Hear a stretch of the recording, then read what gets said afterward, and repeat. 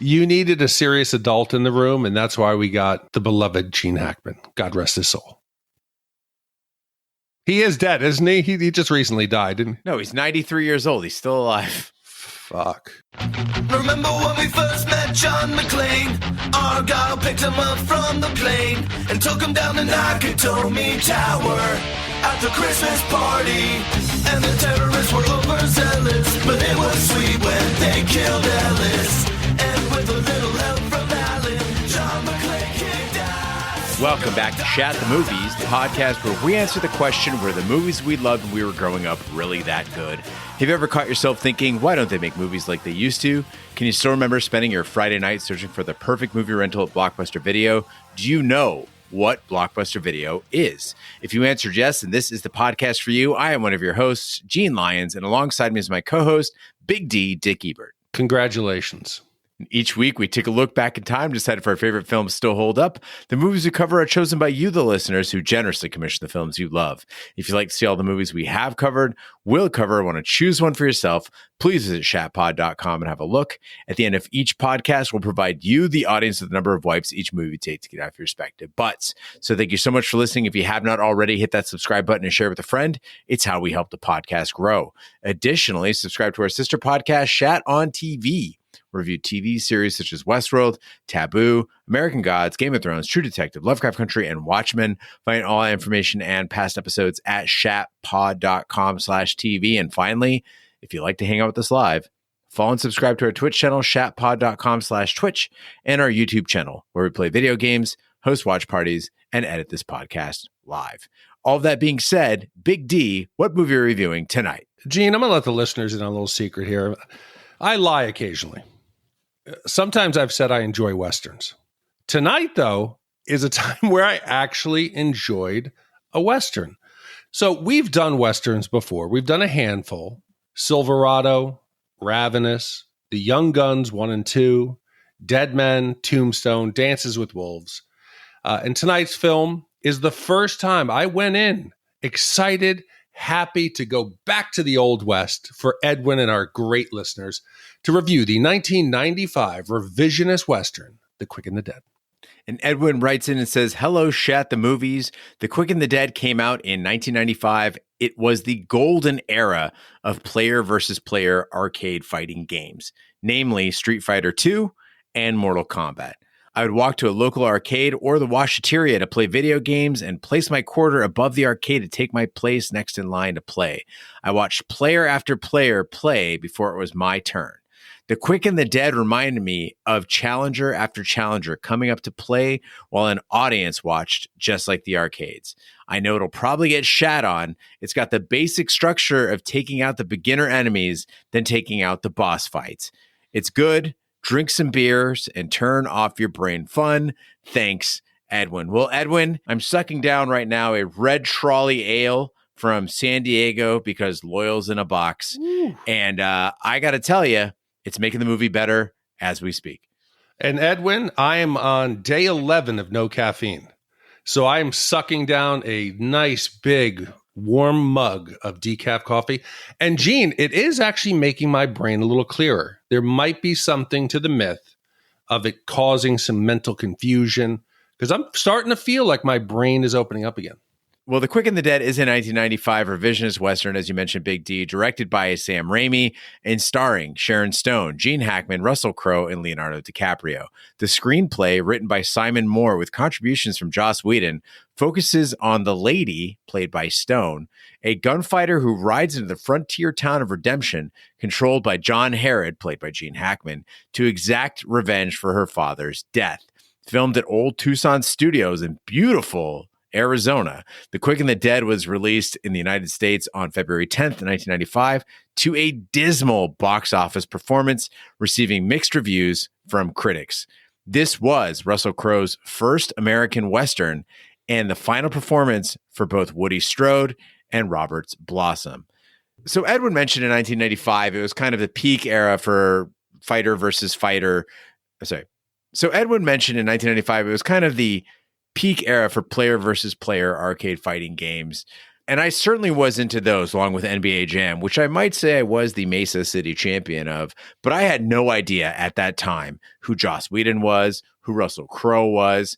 My only notion of Sharon Stone was, oh, it's the vagina lady from Basic Instinct. So I had zero interest in this movie. This seemed like some female empowerment, revisionist Western wannabe, which arguably it is. But as an adult and a fan of pretty much everyone in this movie, I was excited to learn that it also had Gene Hackman, Leo DiCaprio, and Lance Henriksen. So I was on board. Gene, you should have disclosed that you were the Mesa City champ when I played you in NBA Jam at that bar. Yeah, I'm real good. Yeah, I know. I thought like, shit, I just got my ass kicked. I was playing a semi-pro.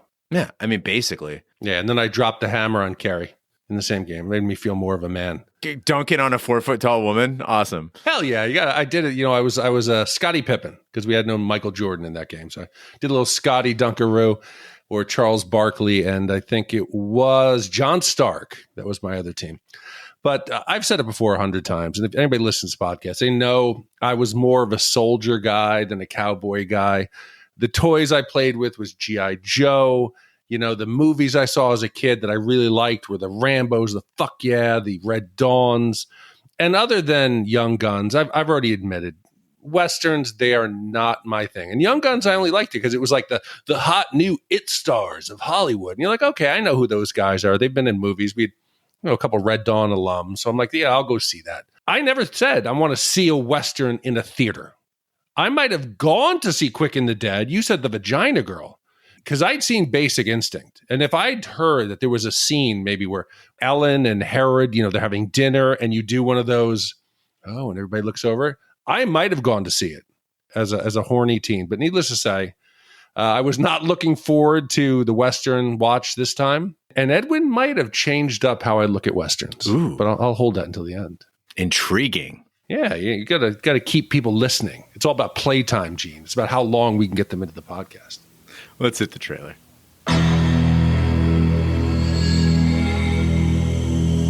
This is my town! If you live to see the dawn, it's because I allow it. I decide who lives or who dies. In a town called Redemption, death is a way of life.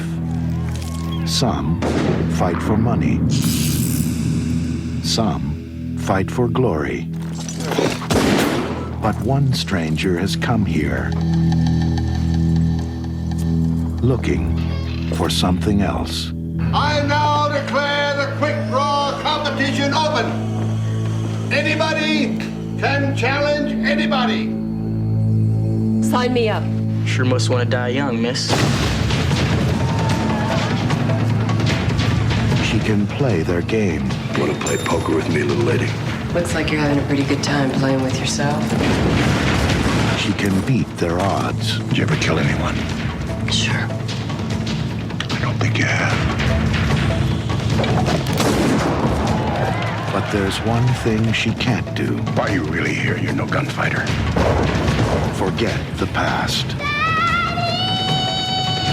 String him up. Put him on a chair. Some people deserve to die. TriStar Pictures presents Sharon Stone, I'm gonna kill you if I have to ride all the way to hell to do it. Gene Hackman, There's nothing on this earth that frightens me now.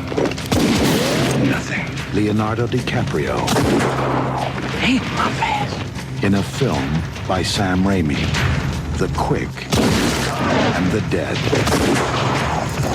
In this town, you're either one or the other.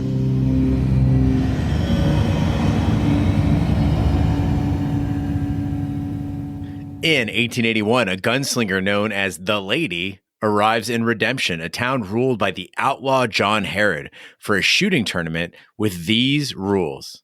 Ready, Big D? I'm ready. Any contestant may challenge any other. No challenge can be refused. Every contestant must fight once per day, and a fight continues until one contestant either yields or dies. During the sign-up, Herod's henchmen arrive with Court, a former member of their gang who has renounced violence and refuses to participate in the tournament. Herod's men attempt to lynch him, but the lady shoots through the rope and frees him. I didn't know what to expect going into this movie, Big D. We've seen Silverado, we've seen Unforgiven, we've seen Young Guns, all with very different takes on a Western. Mm-hmm. The Quick and the Dead, I felt like was more akin to like Alan Quartermain than any Western I've seen. It has one of the cheesiest, cheapest, dumbest opening scenes I've ever witnessed in a Western. The on-screen credits, they're like that digital type straight out of Windows Movie Maker. The action consists of Sharon Stone. She's riding up on a dude who I think is just trying to like protect his own loot. It's just some guy out in the desert by himself, and she rides straight at him. And I don't blame the guy for shooting at her. I would have done the same thing. To punish him, though, she chains him to his wagon and she rides off. For what? Like, for what? And the only explanation I could generate was Sharon Stone being an Alan Quartermain. Was this some sort of an homage to a movie she'd done before for us students of the cinema? No, and Gene, just to fill you in. So he was trying to find gold he had buried, and he couldn't remember if it was 50 paces north or south. But yeah, she rides in, fucking hell-bent, straight at him. He's got her. She's dead. The bullet goes right over her forehead and through the brim of the cap. And you'd already warned me last week when you said I was going to hate this because she's a girl boss. You know, in the first scene, it had me worried. She lures him because then she's on the ground and he comes over thinking she's dead. She does some move that just kind of knocks him out and throws him back simultaneously. Then a couple minutes later, we see her. She goes into town and Horace, the bartender, he's got a heart of gold. We'll see later. He's on a stool restocking. She like knocks it out from under him. He falls over. She catches a glass bottle, pours herself a drink, sits back down. I'm getting Captain Marvel vibes, and I'm starting to worry that maybe you were right. She's going to be OP, over the top, the super cowboy or the super gunslinger, but yet we never saw her in it. Yeah, and thankfully this scene has nothing to do with the rest of the movie because we then get the opening credits and things change very quickly. So we finally get into town and we get the scene that Big D and I love. I mean, we've seen it in Bloodsport, we've seen it in Mortal Kombat, we've seen it in The Karate Kid. It's like, who are the players in the tournament, right? And this might be the peak of the film. It's textbook. You get a preview of the contestants and their personalities. So we get Sergeant Cantrell. He's got this very like elaborate pipe that he's smoking, and he says Sergeant Cantrell, and they say, how do you spell that? Just correctly. And there's Scars, and there's Ace. He's, you know, the fancy guy with the cool leathers and the playing cards, and he's kind of a ladies man. You get Court, the preacher, you get the lady, and of course you get the kid, Leonardo DiCaprio, who looks very much like a kid in this movie. The banter, the flashy introductions, it's all super entertaining, and this felt to me like Joss Whedon's hand in an otherwise very self-serious Western. Edwin mentioned like the player, the one-on-one video game. I saw that, but I also saw comic books. You know, it seemed like the characters, they were a bit tropey in the way that they were described, in their abilities. And I agree, but it works. It is so different, so vibrant, so fast that you can't look away. And it gives us just enough to be interested in these characters. It reminded me a lot of like Dusk Till Dawn as well, where everyone's kind of got like a comic booky sort of thing that they do. There's this great interplay dialogue wise too between the characters, between Kid and Eugene, who challenges him to a fist fight because he's offended by him, you know. And the kid says, no, you know, this is a shooting tournament. See, we have guns, we draw them, we shoot, you die. That's how this works. It's just so much fun. And I was really looking forward to a change of pace in the movie, and I was hoping it would carry out throughout the film. Yeah, and you mentioned Joss Whedon's influence. He is only credited, as you said, as contributing to the story. I felt the hand of Sam Raimi much, much more. So now Westerns, we've done a bunch. They traditionally come in like two major flavors. Usually you get the authentic, the dirty, we're going to be historically accurate, or you get the cheesy, campy fun that plays loose with history and facts. You know, Quick and the Dead, they went the opposite direction. And that might be why I like it. They went for a high quality, very polished Hollywood film, which felt something like Sam's other movies. The characters they're almost supernatural. They have abilities. Like you said, we're getting the player select screen where you're seeing, they're not shooting fireballs or anything like superhuman. And it reminded me about a lot of his later work. It felt almost like they were comic book villains. It wasn't your traditional town drunk, cattle rancher. If Ace walked into a real Western bar with those aces all over his shoes and fanning out playing cards, be like, the aces are for all the people I killed, he'd be dead in 2 seconds. This is kind of a bridge between Sam Raimi's like Army of Darkness days and his Marvel days, right? Where it's like he's transitioning from that sort of campy thing that you mentioned into the more polished stuff. And you kind of see that though, where you've got this high quality cast and you've got some pretty impressive effects. Yet at the same time, this set, it felt really cheap to me. Like compare that to something like you saw for Unforgiven. I really felt like I could, like they were on a soundstage and you could tell. And I don't know if that was intentional or not. No, I completely disagree. Yes, it wasn't Westworld. It wasn't The Unforgiven, but those were real sets. They built them. The costumes, yes, they were a little bit too clean and too well. The stitching was machine done. But if you pay attention to detail, which I did surprisingly, because the outfits I thought were pretty well made. I've never claimed that we are a real podcast. You've said before, we are not professionals. We're not here to review. We have Shat in the name of our podcast. But as this is going on, I'm starting to get a different feel for it. And I'm not an expert. So what I'm going to describe here could be completely wrong, but it's the way I felt.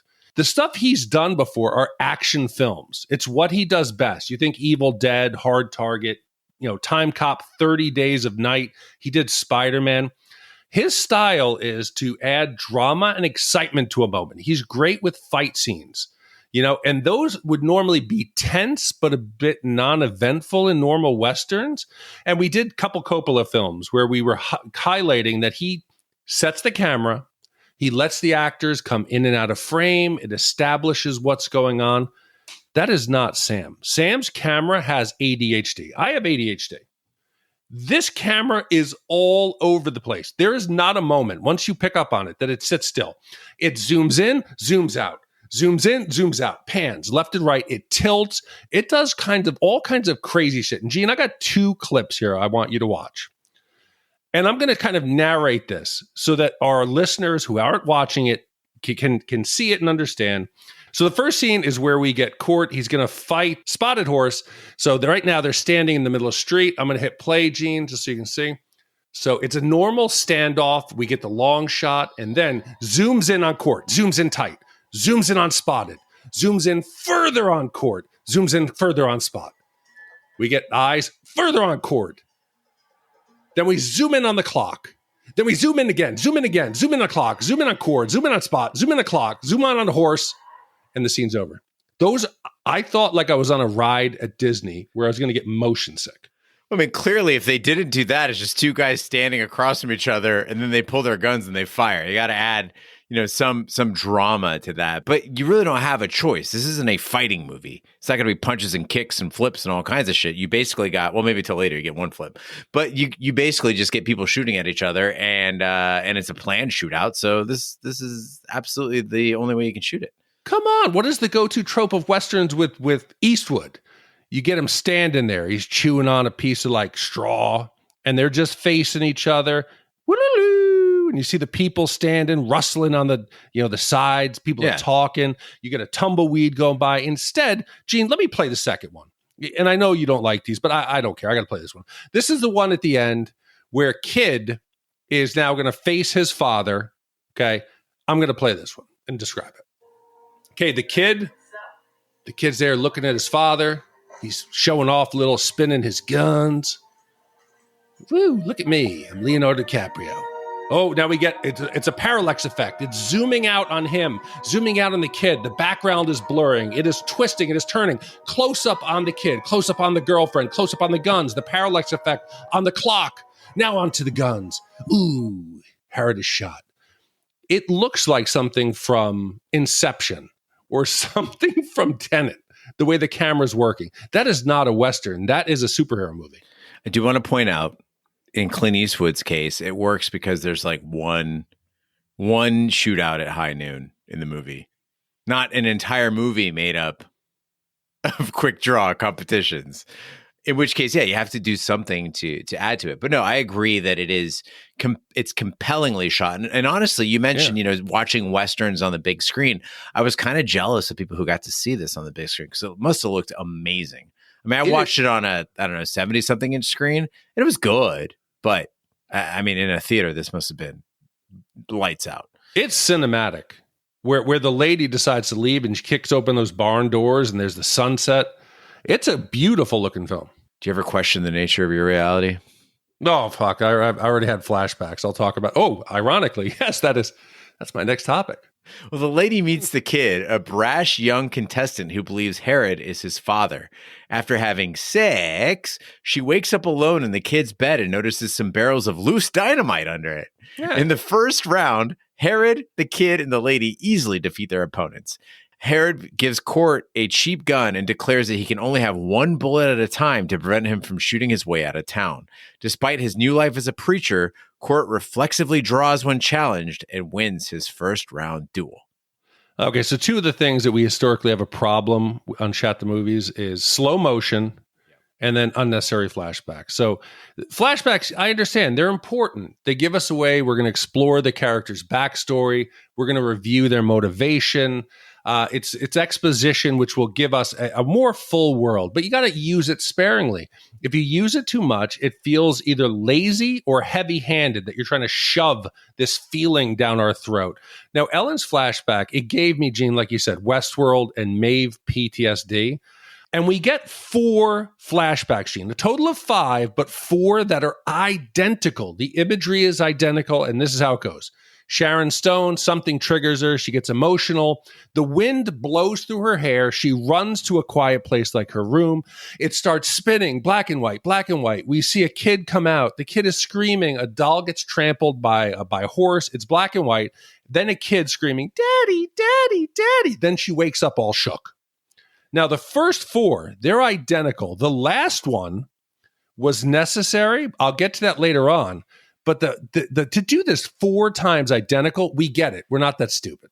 Yeah, these flashbacks made Dances with Wolves seem austere and conservative in its use of flashbacks.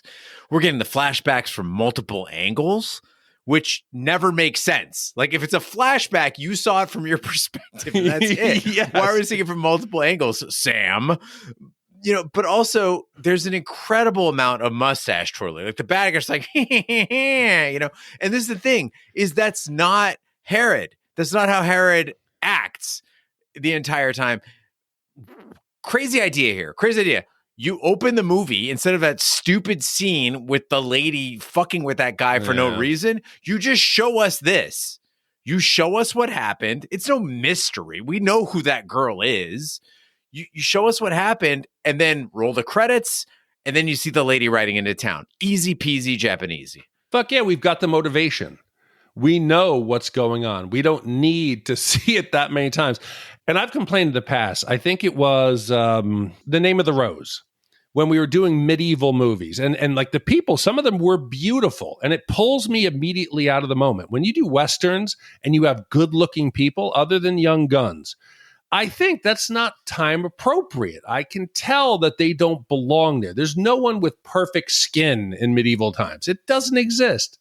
The Pope. I don't think so. But this movie does it right. They give me beautiful people. They give me weirdos. They give me unattractive normies. They give me misfits. They've got a young Leo, Sharon Stone, Russell Crowe. They're young. They're beautiful. They're charismatic actors.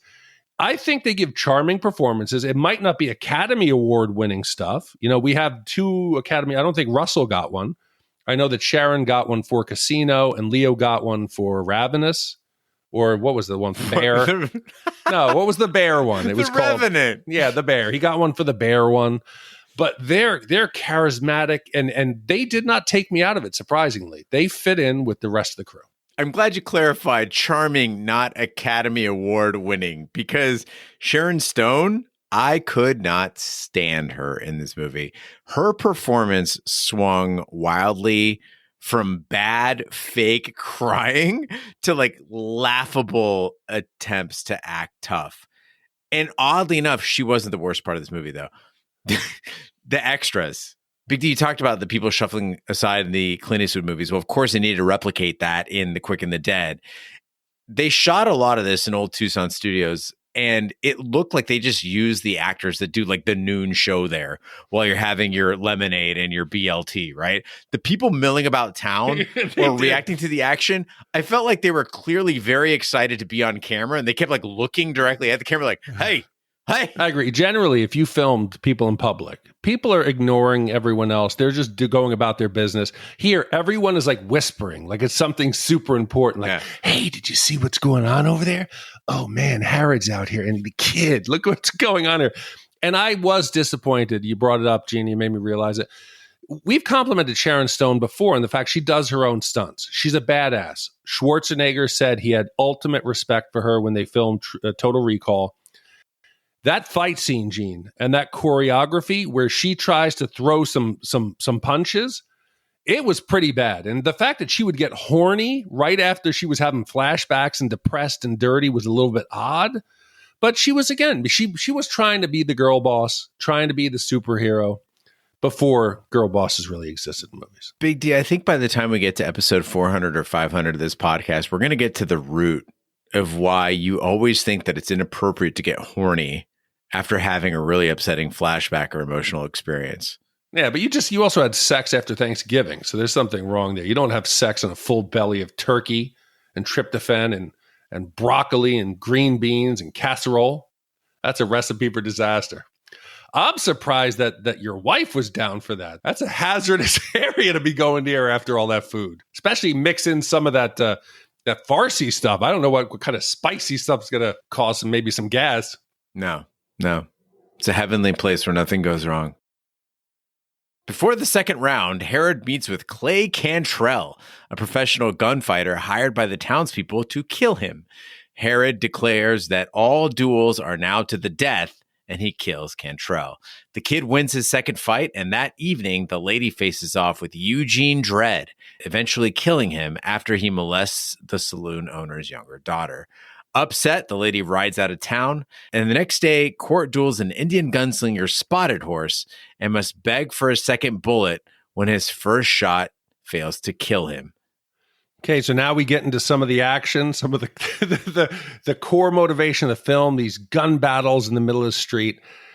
And I couldn't help but notice every time that they're lining up, people are like standing literally right next to the participants, right next to them, right behind them. Any stray bullet is going to go right through a bystander. It's going to kill somebody, even if you get one of the participants getting hit. And we've seen through and throughs in this movie that I'll discuss later that open up to daylight.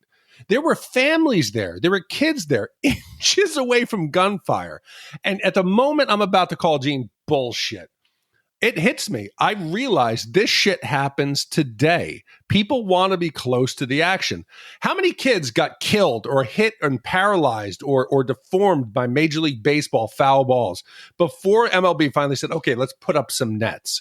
I remember going to a hockey game, the Rangers as a kid, and those frozen pucks shooting up into the crowd. You could get hit by anything. You go to a race car, you might get a car flipping over the fence. You get people even trying to participate. You got the running of the bulls in Pamplona. You got that. Did you ever see like the Isle of Man? I know you like biking. Oh, yeah. Those people are sitting on their little brick walls right next to them, or the rallies. And then it realized this shit would totally happen. If gunfighting were legal, people would be out there. Have you seen the new thing the kids do, Gene, where they block off an intersection and they start drifting or doing donuts at high speed? Those damn kids. Those kids, I love when the idiots get the camera and they kind of drift out and they get clipped and spun. It's pretty good. People would go to these gunfights if they were real. Clearly, none of the townsfolk of Redemption ever watched Robot Jocks. They should know the dangers here. Oh. To their credit, they do step aside when shooting is going to take place. They just don't step aside enough. But beyond that, Big D, I was much more concerned about all the shooting happening inside the saloon, because I'm thinking like these walls, I mean, it's just simple lumber, right? People are shooting all over the fucking place in this movie. It's wild. They're shooting glasses out of people's hands as they're drinking. They're shooting up into the ceiling above.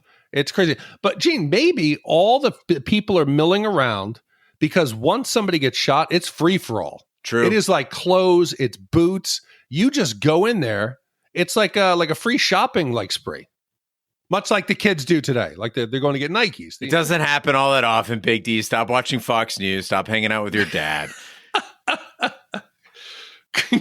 I mentioned in the plot point that there is an Indian gunslinger named Spotted Horse. And there's a reason I mentioned that he was Indian before saying it was just Spotted Horse. And that's because the movie makes a real big deal about Spotted Horse being Indian. And yes, he is a stereotype who oddly is like immune to bullets or something. Talk about comic book character, but he might be the smartest gunfighter of the lot, because I'm watching all these guys and they're all squaring up, which makes you like a bigger target. And there's no rules here about how you need to stand or what you need to wear or what kind of equipment you can have. He's the only one who blades his body and creates a smaller target for his opponent. And the rest of them, they're making all kinds of mistakes. They're going to the tournament hungover, drinking heavily before the matches. They're taking their guns apart like right before going to shoot. They're using black powder in their revolvers. Did you spot any other mistakes, Big D? Because I felt like this film was rife with them. You said squaring up. There's actually a part where the lady, Ellen, she does a dead joust where her and Eugene Dredd are at a full sprint at each other. That's right. They're like closing the distance. They're shooting and missing. And I kept thinking, I'm like, you know what? This is what you would do. You want to get ultimate performance. Let's think this is a sporting event, right? If you were getting ready for the big game, you'd want to get plenty of sleep. You'd go do some target practice. I would do stretching. Maybe stretching and Pilates didn't exist back then, but you got to know you stay limber. I would do weapon maintenance, like you said, Gene, but not immediately before the match. I would have a good dinner. I'd get 8 hours sleep. You have to stay focused and stay quiet. We used to talk about when people are in a fight, a fist fight, like King B, and you're opening your mouth to talk. You get a shot in the jaw, you're going to get a broken jaw. If you're distracting yourself by talking shit to your opponent or talking to people off or talking to anyone else, you're not focused on what's going on. That I think is important. Now, the kid makes it clear that, gunslinging and quick draw is in the head, not in the hand. So I could see the reasoning behind the talking, but I totally agree that in a fist fight, do not open your mouth or you might get your jaw broken and wired shut, but oddly lose 40 pounds. So it might be worth it. But speaking of the King Bee, both he and my friend Kyle, they advised me about one notion that I had, because I thought that a lot of these gunfighters were wearing form-fitting clothing.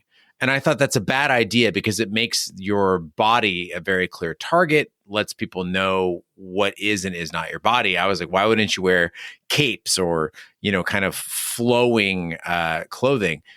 No go in this scenario. For one, they get in the way of your draw. Kyle gave me the example of like if you're going to do concealed carry. The first thing you do, he's a firearms instructor, he's like, you lift up any fabric that's covering the firearm before you draw it. You wouldn't try to reach under your shirt and get the gun because it could get caught. And the King Bee pointed out as well that everyone is aiming center of mass in a quick draw.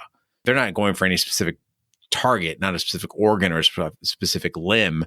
They're trying to shoot, dead center. And so no matter how big your clothing is, it's not really going to make a difference. So get your sleep, eat a good meal, weapon maintenance, stretching, apparently, target practice, all that stuff is good. Maybe don't wear like a giant serape before you go to a gunfight. But I think also, you could wear tight fitting clothes, but make it an appropriate color that helps you blend in the background. I wouldn't wear, like, let's say a white undershirt with my opened up so my breasts are slowly peeking through. I have a great target, center mass. Aim for the cleavage and the white shirts which outline it.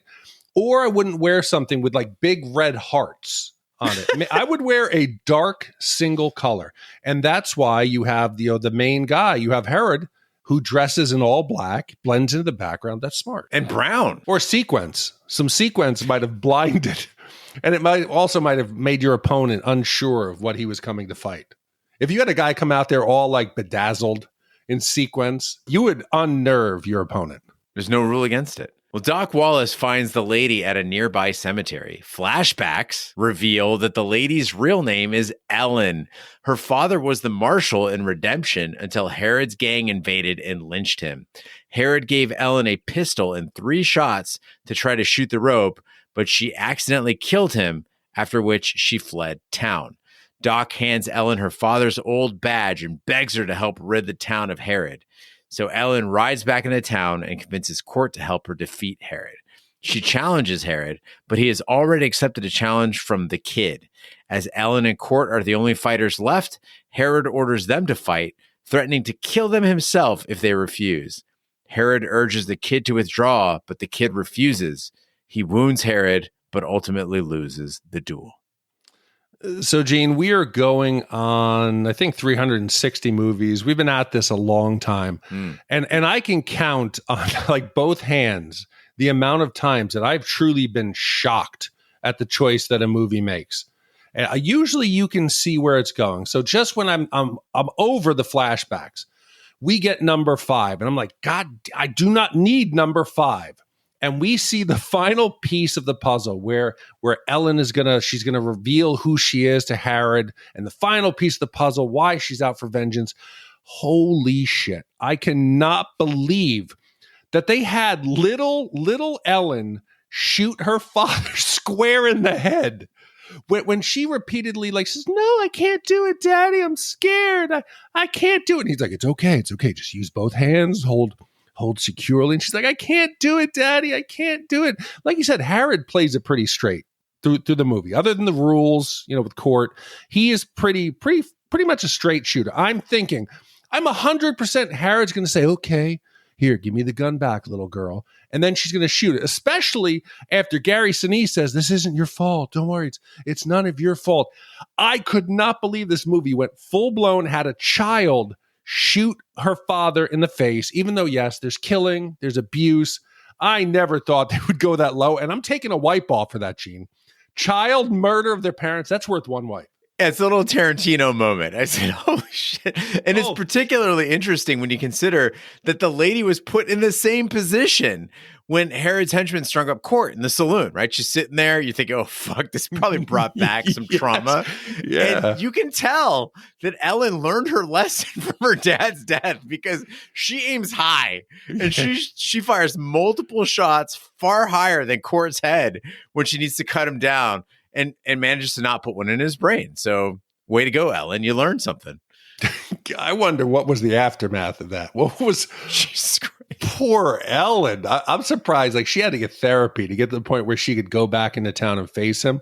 But yes, aim for the wood. That's a much better chance. Maybe that's why she's fucking children now. She developed some sort of weird complex after shooting her dad in the fucking forehead. Well, not that you can forgive it, but it could be understood of why she's doing this. And I recently made a claim, Gene, that Gene Hackman and Kevin Spacey, they were very similar, both award-winning, and we could easily interchange them. And I think I went through the fact that both of them have played Lex Luthor, and I said they're very close. This movie has made me reconsider all of that. Gene Hackman, he is authentically scary in this movie. He could have mailed it in. He could have said, you know what, this is a cheesy Western. I'm just going to give my standard badass. But instead, he delivers 2 scenes that I had to sit up and be like, holy shit, this movie's getting serious. When Herod, he's berating his son, little Leo, he's intimidating him. He's trying to get him to step down from the fight. And he just looks at him and he goes, you're not half the man that I am. You can see Leo as an actor and the kid as a character break mentally and look away and starts to cower and starts to it's frightening even as a viewer. And then later on we get when he realizes that Sergeant Cantrell has been hired by the townsfolk. And he says, you know what? I know it's all of you. I know you hired the gunslinger. I'm the one in charge. I decide who lives and dies. He is psychotic. He's a sociopath. I believe he didn't care about who he killed. It was just, again, child trauma, Gene. We learned that his father passed the gun around. So maybe this movie's subtext is about childhood trauma. But Kevin Spacey could never have been this intimidating. I totally agree with you that Kevin Spacey could not be this intimidating and that Gene Hackman is an entirely different animal. At the same time, I'm not sure that Gene Hackman was the right fit for this movie. You mentioned that these serious scenes. I don't know if this movie was helped by serious scenes because there's this comedic feel. There's this slickness that you mentioned earlier. It kind of begged, it seems, for someone younger, someone sexier, someone funnier. I was thinking like a Kevin Kline or an Alan Rickman, somebody to like bring a little razzle dazzle, a little pizzazz. I think that's who John Herod is. And I felt like Hackman played it a little too straight and a little too aggressive, particularly in the scenes where he's coming on to the lady. Younger and sexier, Kline and Rickman? Yeah. That year? I don't know about that. I'm talking 1995, right? So this is like Alan Rickman's not old at that point. Neither is Kevin Kline. I think you had too many sexy people already on the cast. Never enough sexy people. You needed a serious adult in the room, and that's why we got the beloved Gene Hackman. When Court and Ellen face off, Court draws and fires on her, and Doc declares Ellen dead.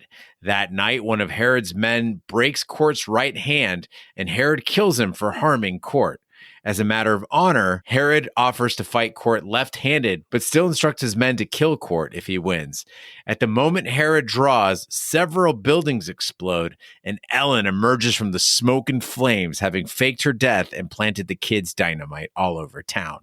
Court kills Herod's remaining henchmen, while Ellen faces off against Herod, revealing her identity by throwing her father's badge at his feet. Herod wounds Ellen, but she shoots him and finishes him off with a bullet to the eye. So, Gene, I know that audiences, they're diverse, and making a movie, it's a business. You want to attract the widest audience, and you never want to make a plot twist visible too early. You don't want to make it too easy. You want it so when it is revealed, even let's say the less astute members of the audience, the ones who don't do podcasts, were like, wow, that was cool. I either didn't see that coming or, oh, you don't want anybody to feel left behind and stupid. That's the last thing you want to do. And it's walking a fine line. It's tricky. So I'm sympathetic to that. But they telegraph this whole surprise. Ellen's not really dead. She's alive. From the tapping of the TNT to the what kind of ink you got. What percentage of the audience, Gene, do you think didn't realize what the ink was being used for and didn't realize that she wasn't dead? Oh, I think it's got to be about 5%, maybe. I'm pretty sure most of the audience was clear on this. Okay. I was scared you were going to say 50%. I was going to have a seizure. No, but you're absolutely right. And they do this repeatedly in the movie. It's like when Court gives her advice about the clock making a noise right before it chimes, and then it repeats it again, like you didn't get it the first fucking time. I'm pretty sure it was intentional, but I can't say I agree with the decision to make it this obvious because we're all clearly rooting against Herod. Right. So the intent, I think, by the filmmakers was to make us grin. Like we know that Court and Ellen and the Doc and the boot black, like they fooled Herod, that we're kind of like, they're going to get him. But if that's the case, then why are you treating the scene like it's suspenseful? You're dragging it out. Like we're like, who's going to shoot whom? Yeah. And honestly, once she got shot, I was waiting for the mob to like toss Doc aside and descend on Sharon Stone and grab her boobs and remove her valuables. But for some reason, they all decided to be all respectful. Like, oh, well, the Doc's saying leave her alone, so we better. And the only explanation I had is that maybe Herod killed all the thieves in town. This is his, annual purge. And so there's nobody left to take her shit. For most part, The Quick and the Dead, it's believable. The movie follows, let's just say, the fundamental laws of known science and physics. People don't have superpowers. The bullets, nobody's ricocheting them off things, splitting a bullet and hitting two bad guys.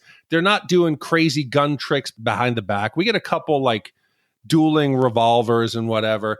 But we get now to this final showdown, and Ellen manages to shoot Herod 3 times, 3 consecutive bullets. The first bullet goes through his chest, clean. it leaves a hole for a ray of sunshine to come through and go onto the ground where his shadow is. The second bullet, same gun, causes him to flip over backwards and kick his legs up in the air over. The third bullet blows the back of his head off. It felt like Marvel superheroes. It felt like where you don't know who is super powered, where guys are getting shot all over the place, flipped, thrown, the wires that they used for the stunts. It would have been great. You could have just had a simple quick draw. She shoots him, a long shot, he falls. That would have been great. But instead, we get some kind of John Wick fucking super physics, Kill Bill shit here. And I thought it didn't need it. There are guys in this movie, they're cocking rifles 100 fucking times without firing them one-handed. Sharon Stone apparently can hide a giant dinner gown up her horse's ass. Rusty, Herod says, you got 15 seconds to get out of town before I shoot. Dude, the guy covers like 15 feet. You're running for your life, Rusty. Why are you so fucking slow? This movie makes no sense at all. None of the rules of physics apply. Why is Rusty running straight down the middle of the street? Run behind a building. Hug a building. Turn around. You've got a gun, Rusty. Turn around. You're not unarmed. You're people. And in the final scene, Big D, the lady court, they've cooked up this plan, right? With the doc and the shoeshine kid. They want to use the kid's dynamite to blow up half the town, including Herod's house. Let's examine what that means. If you were able to place explosives in Herod's house, you didn't have to blow up the whole town. You could just blow up Herod's house while he's in it, perhaps sleeping or dining. And we're not talking about like blowing up just the top off this house. The whole thing is fucking decimated. You could have killed him. Instead, the lady, what does she choose to do? She chooses to destroy people's homes, people's businesses. I mean, this entire town is made of lumber. The sheer amount of shrapnel flying through the air. You know that this plan left innocent people dead or maimed. Yeah. So, Gene, this is one thing I have knowledge of. I have knowledge of explosive. I've worked with all of them with the military. I was a combat engineer. I've probably detonated hundreds, if not thousands of pounds of explosives. I thought you were going to say small Western towns. No. How do you set these charges off and time them perfectly? They were set off by the clock. I believe that one, you could wire up the clock with some form of Old West mechanism that would go off. How did you then run that line? Did you have help? Were there additional people setting off charges in the other buildings? Because there was no det cord, no shock tube. What did you do? I don't know how they did it, but there's a better question. Why did they do it? I know she wants vengeance.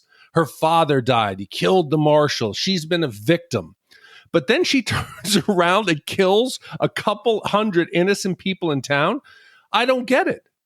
Yeah, if you watch the explosion, there's elderly people running, there's children running. Yes. They have nowhere to go after this. Their homes are gone. They have to go into the ground. They're going to be buried because there's shrapnel, wood in all of them. But yet, Gene, the people, they seem happy. They're extremely happy. It reminded me of Twister, where they come running into town, blaring Van Halen over the loudspeaker, or King Solomon's Mine, where at the end there's been genocide in that one tribe. Everyone's dead, but yet when they leave, everyone's cheering, having a good time, while there's dead laying all around. This town was probably just happy to get them out. They said, "We'll take our losses. You guys leave." Yeah, but then to add insult to injury, the lady's like, "All right, well, my job here is done. Everyone's fucking dead. All your homes are gone. I'm going to leave Court in charge. He's now the law in redemption." Mm-hmm. And it's a weird choice because everyone seems to hate this guy. Like the entire movie, they're betting on him to lose. No one will give him any food or water. They're throwing literal shit at him without any it's not like Herod said, "Hey, go throw shit at this guy." They're throwing shit at him. The only explanation I can think of is Court was part of Herod's crew. He was a real motherfucker to everybody back in his bandit days. Now you're going to leave him in charge of town?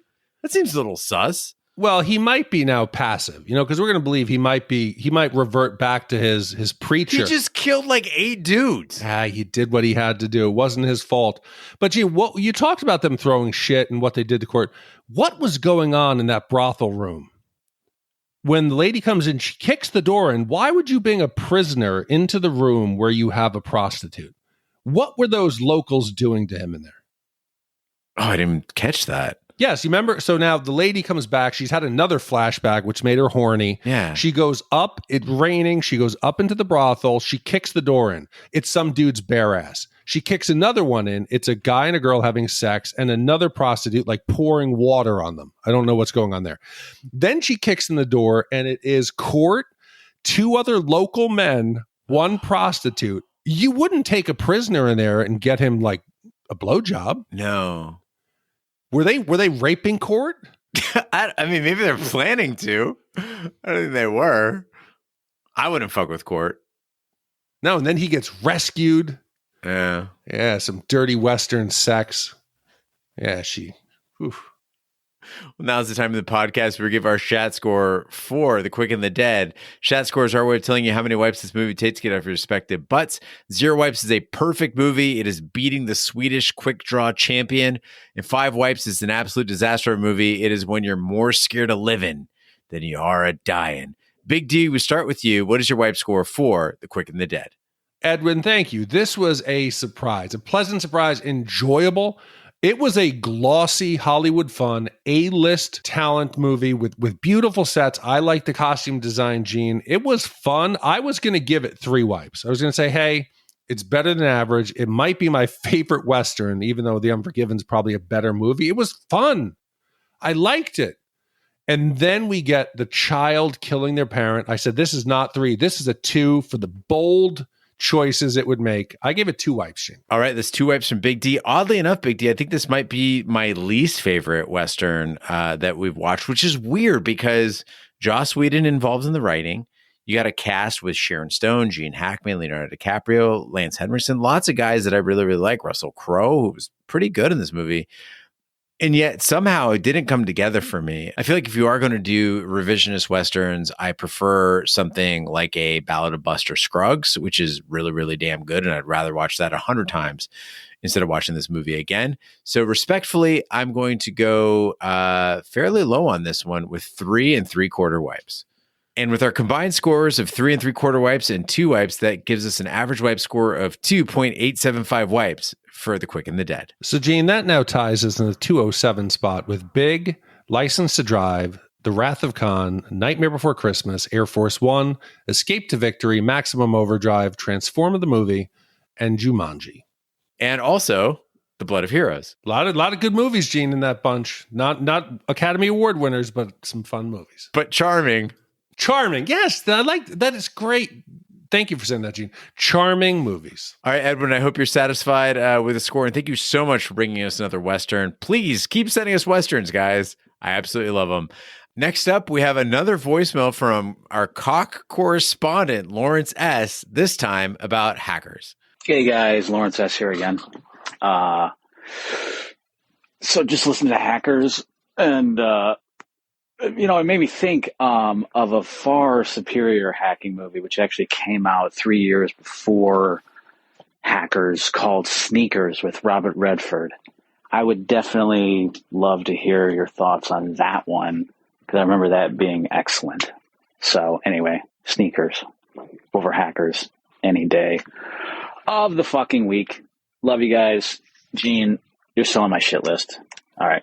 Love you guys. Big D, the best. Later. Well, Lawrence, I hope you were able to catch our Sneakers episode where Big D made the connection as well, that Sneakers was not only the superior, but also the more accessible hacking movie of the 90s. It was the gateway drug. Without this, I think all those subsequent movies with espionage and computer tech hacking wouldn't have happened. Enemy of the State exists because of this film, Sneakers. Well, thank you, Lawrence, for your voicemail. Next up, we have one from Mark in Houston, and this one is about American Me. Hey, Shat team. This is Mark C. in Houston. Just calling after your Bad Boys podcast. Just wanted to say, you guys keep referencing Blood In, Blood Out, also known as Bound by Honor. That is actually kind of the Iron Eagle of prison movies compared to the Top Gun of the same genre, which would be American Me. This was probably, they both probably came out around the same time. This is one of those dueling Hollywood studio type of things where everybody gets the same idea, and the studios are always trying to put it out, whichever one can come first. I think both Blood In, Blood Out and American Me kind of came out around the same time. But American Me is definitely the superior of the prison films compared to Blood In, Blood Out. Blood In, Blood Out is more of the fictional, I guess a little comedic, more of the comedic version of American Me. American Me is more of the true story, same stories really, but American Me is more of the true story, and I think is the superior film of both. In fact, I think American Me is being requested to be added to the Library of Congress by some congressman here in Texas, a Hispanic congressman. They're putting up Latino films nominations for the Library of Congress. But yeah, I would say American Me is the superior of the two films, of the sort of the La M Mexican mafia prison movies. So I was going to put that out as something maybe to put on your schedule, but I have a long list of movies that I'd rather put out first. But definitely American Me is the superior compared to Bound by Honor, Blood In, Blood Out. But you guys seem to really like Blood In, Blood Out. But I would suggest let's take a look at American Me and then we'll compare. So I will be putting American Me on the list here coming up soon, and we could discuss and listen to your podcast about it probably a year from now. Other than that, you guys take care. Love the show, love the podcast, and I will be giving you guys a whole lot of commissions. Take care, guys. Bye-bye. Well, Mark, I'm glad you saw the humor in Blood In, Blood Out. But as a big Battlestar Galactica fan, I actually didn't really come around to Edward James Olmos until I would say like my late 20s. And since I've developed a great appreciation for him, I have actually not seen American Me as an adult. It was played in my house when I was a child. And so I kind of like took it in by osmosis, but didn't really pay attention. So I'd be very interested in seeing that, particularly if you're saying that it is better than Blood In, Blood Out, which I greatly enjoyed. So thanks for your message. Then you need Magic's 2-in-1 shampoo and conditioner. Magic's shampoo is specially formulated. Fuck yeah. Fucking ass. Yeah. You can feel it starting to The bitches love it. Cleans the second you start using it. Ain't that right, homie? Yeah. You'll look and feel great. Go from Chale to fear me in no time. And the bitches will love it too. Try Magic's 2-in-1 shampoo today. SA. Maybe that was the comedy he meant. I wonder if there's a parody of a 2-in-1 conditioner, but American Me, I would definitely do that. I was shocked at Blood In, Blood Out. If Blood In, Blood Out, which I loved, if that is the Iron Eagle to Top Gun, I would definitely be in for it. Just hope there's plenty of cho-cho for everybody. All right, Big D, what do we have coming up next week? Gene, next week, after a painful breakup, Clementine undergoes a procedure to erase memories of her former boyfriend, Joel, from her mind. When Joel discovers that Clementine is going to extremes to forget their relationship, he undergoes the same procedure and slowly begins to forget the woman he loved. Came out in 2004, Gene, and this was commissioned by Mark T., and it's about time, into the 2000s.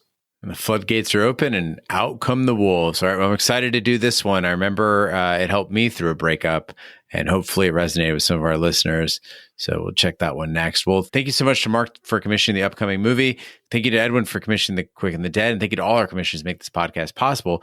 That concludes this week's episode of Shat the Movies. Be sure to follow us on social media, share with a friend. We're on Facebook, Twitter, Snapchat, and Instagram at Shat the Movies. Email us, host@shatpod.com. Support the podcast by shopping our Amazon affiliate link. buying our merch, or by commissioning your own movie. Find all information by visiting our website, shatpod.com. Also, check out our sister podcast, Shat on TV, where we review TV series such as Lovecraft Country, Westworld, True Detective, Taboo, American Gods, Game of Thrones, and Watchmen. Find all information on our website, shatpod.com/TV, wherever fine podcasts can be found, including Apple Podcasts, Google Play, Stitcher, and YouTube. Be sure to subscribe, and if you stop by Apple Podcasts, please leave a 5-star review. It helps the podcast grow. On behalf of my co-host, Big D, I'm Gene Lyons. Join us next week for the following movie. Hello, I'm Howard Mirziak, founder and president of Lacuna Incorporated. Why remember a destructive love affair? Here at Lacuna, we have perfected a safe, effective technique for the focused erasure of troubling memories. In a matter of hours, our patented non-surgical procedure will rid you of painful memories and allow you a new and lasting peace of mind you'd never imagined possible. This is a hoax, right? I assure you, no. Is there any risk of brain damage? It's on a par with a night of heavy drinking. Nothing you'll miss.